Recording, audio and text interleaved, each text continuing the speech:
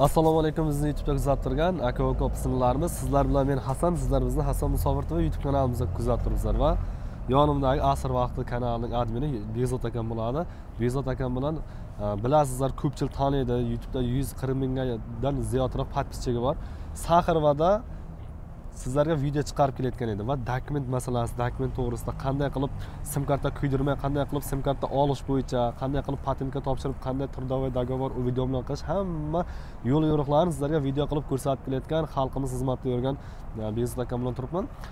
Bugun mana men yaqinda o'zi Rossiyaga kelganimga 2 oy bo'ladi. Patentga topshirib, patent olganman. Turdovoy dogovorga topshirganmiz, hali tayyor bo'lgani yo'q. Assalomu alaykum hammaga, Hasanjon obunachilari. Bugun biz borib, Hasanda oldin Gos uslugisi bo'lgan ekan, lekin login parolini ochib ketgan ekan. Yangidan Gos uslugini zaregistrировать qilib, подтвержден nomerlarni hammasini подтвержден qilib, Sberbankka kelib, biometrik topshirib keldik.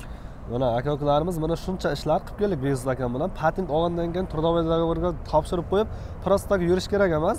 Biometriyaga topshirdik Sberbankka kelib. Buning sababi topshirganimizning dalshi men sim kartam kuyib ketmaydi va keyin yana sim karta kerak bo'lsa, nomimga borib bemalol sim karta olsam bo'ladi kompaniyadan. Mana shu narsalarni men bilmasdim. Men chunki dokument sohasi bo'yicha uncha aqlim yetmaydi. Bu narsa bilan men ko'p shug'ullanganim yo'q. Ancha vaqt bo'ldi. Bezot akam o'zi shug'ullanib kelyapti. 100% biladi. Nima qilish kerak, nima ishlar qilib dokument qo'yday qilib olish kerak. Reyestrga tushganlarning soni 680 mingga yetibdi. Pashta 700 mingga. Bu degani 700 mingga yaqin migrant biz qonuniy yuribdi Rossiyada. Rossiyaning qonun qoidasiga e'tiqod qilib, qoidaga yurib dokumentlaringizni to'g'rilab yursalaringiz, aka-ukalarimiz hech qanday muammo bo'lmaydi sizlarda. O'tish kerak do'stlar. Men o'zim sentyabr oyidan boshlab bir Azon firmasida ish boshladim. O'sha vaqtda men ham bilmasdim, chunki men patent temasdan damo chiqib ketgan. Bitta odam dokumenti bo'lsa, qilib to'g'rilab bergandim, esimda yo'q bu narsa. Grajdan Rossiyasiz. Ha, turdovoy dogovor, уведомление degan narsa bor. Sizga ish beruvchi turdovoy dogovor qilib, o'shani уведомление qilib qo'lingizga beradi. Ikkita qog'oz, ya'niki ikkita razniy 3 qog'oz. Ko'p odamlar o'ylaganki, mana shu narsa bo'ldi, tamom degan. Yo'q. Bilasizmi, shuncha odam patent nimaga annulyum ketgan? 1126 zakon nima uchun chiqqan? Imna mana shu uchun chiqqan. Chunki turdovoy dogovorni olib turib, siz o'zingizga yaqin bo'lgan MVDga, Moskovskiy oblastda bo'lsangiz yoki Moskvada bo'lsangiz, Saxirovaga yoki MFS Maydokimentiga borib, через Gos uslugi o'zingizni turdovoy dogovorni jo'natishingiz kerak. O'zingiz uni pulga qiladiganlar qilib bermaydi. Uni qildira olmaydi sizlar uchun. Sizlar o'zlaringiz borib, уведомленияni o'zlaringiz qilishingiz kerak. Ya'niki ish beruvchi sizga turdovoy dogovor berib, ham уведомление beradi. Siz o'zingiz turdovoy dogovorni olib, o'zingizni telefoningizdan, Gos uslugidan уведомление jo'natdingiz shart. Bu narsani rovna 2 oy ichida jo'natmadingizmi, patentingiz annulyum bo'lib ketadi. Ba'zi birlar aytadiki, men patentim turibdi, milisa ko'rdi, tekshirdi, qo'yib yubordi, ba'zida bor ekan deydi. Lekin har bitta telefonda bitta bunday pastdan tepaga tortsangiz, обновление bo'ladi. Xuddi shundoq MVDni ham o'sha ba'zisi обновление bo'lsa, ular patenti annulyum bo'lib ketadi. Annulyum bo'lgandan keyin havoni prosta pulga to'layverasizlar, shtraf qilib deport qilishga u narsaga haqqi bor hozirgi kunda. Buni aka-ukalarimiz shu bugungi kunda biz shu qoidaga qilib kelyapmiz. Buni Bezot akam bilan yuribman. Polda video qilib keldi, syomka qilib keldi, qayerga bordik, nima qildi. Asr vaqti YouTube kanaliga o'tib ko'rsalaringiz, aka-ukalarimiz kommentariyaga Bezot akam shu videosini silkasini qo'yib ketaman. Endi Telegram kanalimga ham qo'yib ketaman. Obuna bo'lib qo'yingizlar. To'liq videoni kirib ko'ringizlar va ma'lumot olib chestni o'rganib olingizlar shu narsalarda. Bu videolar million prosmotrga arziydigan videolar. Chunki bu narsalarda qayerda bir yuristlar, qayerda bir mashinniklar bor. Pulga qilib beraman deb mashinniklar aldab ketadi. Ba'zi bir yuristlarni ko'ryapmiz, eshitib kelyapmiz.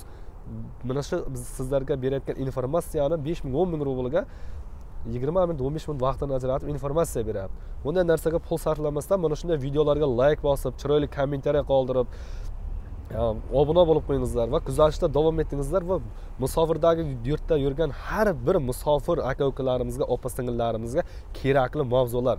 Bugun sizga kerak bo'lmasa, ertaga kerak bo'lib qolishi mumkin. Sizda ishingiz hal bo'lgan taqdirda yana bir tanishingizga kerak bo'lib qolishi mumkin. Shunday foydali, manfaatli videolarga Ro'za Ramazon oylarida chiroyli fikr bildirib ketishlaringizni so'rab qolamiz. Yana qanday gaplar qoldi Bezot aka? Do'stlar, Hasanning kanalidan kimdirlar meni tanimasdan o'tib ko'rishi mumkin. Men nomini qidirib, nima qilib o'tirmanglar. Kommentariy yozsalaring, kommentariy o'qisalaring, javoblar shu yerda tiqilyapti-da, biladigan yozishyapti. Alloh rozi bo'lsin shu insonlardan. Imminna biza chiqargan informatsiyani bizga telefon qilishadi, vaqtimiz olib, aka shuni qilsam bo'ladimi deydi. Axir bo'lmasa biz YouTube'ga chiqarganimiz yo'q-ku. Nechta odam 11-26 bo'yicha ya'ni bloglar video chiqardi, o'zimiz chiqardik, bizga telefon qilishadi-da, aka iltimos ayting, shuni qilsam bo'ladimi deydi. Axir bo'lmasa biz chiqarib nima qilamiz bu narsani? O'zingizlar o'ylab ko'ringlar, bo'lmasa nima qilamiz chiqarib? Nechta odam bor topshirib kelyapti. Topshirib kelgandan keyin o'sha yerda imенно akoshka kelganda 11:26 degan vaqtda unga qog'oz beradi, protokol, spravka yozilgan, nomerlari qo'yilib, ism familiyasi bilan 11:26 degan. O'sha narsani hammaga beradi. Aka menga bergan yo'q deydi. Men kimdir menga yozgan, istoriyadan topib, uni tashlayman, keyin qaratib turgan bo'ladi. U narsa hammaga beriladi. O'sha narsani yo'qotmanglar. Ular как migratsion kartasalarga hisoblanadi. O'sha bilan patent annulyum o'tganlar, chek to'laganlardan keyin olib borasizlar любой bitta MVDga. O'sha ikkita qog'oz, ya'niki shtraf 5000 yoki 7000 ana bu qog'oz protokol. Ana shu bilan sizlarga registratsiya qo'yib beradi. Qo'yib beradimi aka, deport qilmaydim degan, hech kim deport qilmaydi. Faqat falsheviy dokument bilan, falsheviy pechat bilan nima bilan sudlangan qanaqadir kasalliklar bilasizlar, qanaqa kasalliklar bor. O'shalar borib o'tirmaylar. Vidvarini bo'lganlar sizlarga patent berilmaydi. Yana bir nimani aytib o'taman, shu Tojikiston, O'zbekiston fuqarolariga aka-uka opa-singillarimizga kuzatib turgan bo'lsalaringiz, mana shunday. Keldingiz Rossiyaga, patentga topshirdingiz, patentni oldingiz. Patentni olgandan keyin трудовой договорga topshirasiz. Трудовой договор ish joyingizda tayyor bo'lgandan keyin уведомлениеga topshirasiz. Undan keyin agar vaqtingiz bo'lsa, трудовой договор chiqmasdan turib vaqtingiz bo'lsa, mana Sberbankka kelib biometriya topshirib ketasizlar. Biometriya qabul qilinadi aka-ukalarimiz. Buning biometriyaning sababi siz bo'lmasa topshirmasangiz, sizni sim kartangiz kuyib ketadi. Mana nomingizda sim kartangiz kuyib ketadi. 3 oyda ichida Rossiyaga kirib kelgandan keyin 3 oyning ichida shu narsalar qilmasangiz, sim karta kuyib ketadi. 2 oyning ichida трудовой договор qilmasangiz, patentingiz kuyib ketadi. Sim karta kuygandan keyin shu sim kartangizga ulangan Sberbankingizdan bloklanib qoladi. To'g'ri. Shundan ehtiyot bo'lingizlar. Mana keldik Rossiyaga, patent oldik, трудовой договор qildik, уведомление topshirdik, biometriya topshirdik. Mana shular tamom, Virus aka. Shunaqa. Mana shu narsalarni qoidaviy yuz-so'z qilib olingizlar va qonuniy yurishlaringizni tavsiya etib qolamiz. Sizlar bilan men Hasan Musofir TV va Begzod aka bo'lib qoldik. To'liq videoni Begzod akam kanaliga kirib ko'rsalaringiz, videoni boshidan oxirigacha yanada chiroyli qilib ko'rsatib borganmiz va nima deymiz? Jonlaringiz omon bo'lsin, sog' salomat bo'lingizlar. Keyingi videolarda ko'rishguncha xayr. Xayr do'stlar, sog' bo'linglar.